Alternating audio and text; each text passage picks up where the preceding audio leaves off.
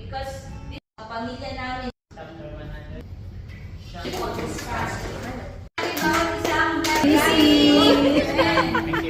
Happy anniversary.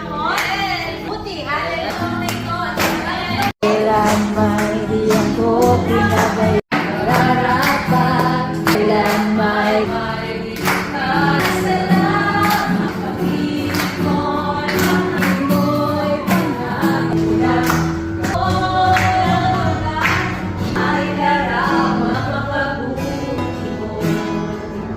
tawagin nila sa amin na nandito.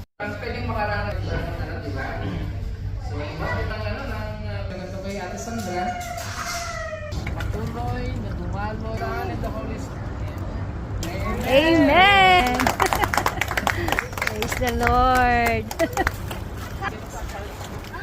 Okay, kids.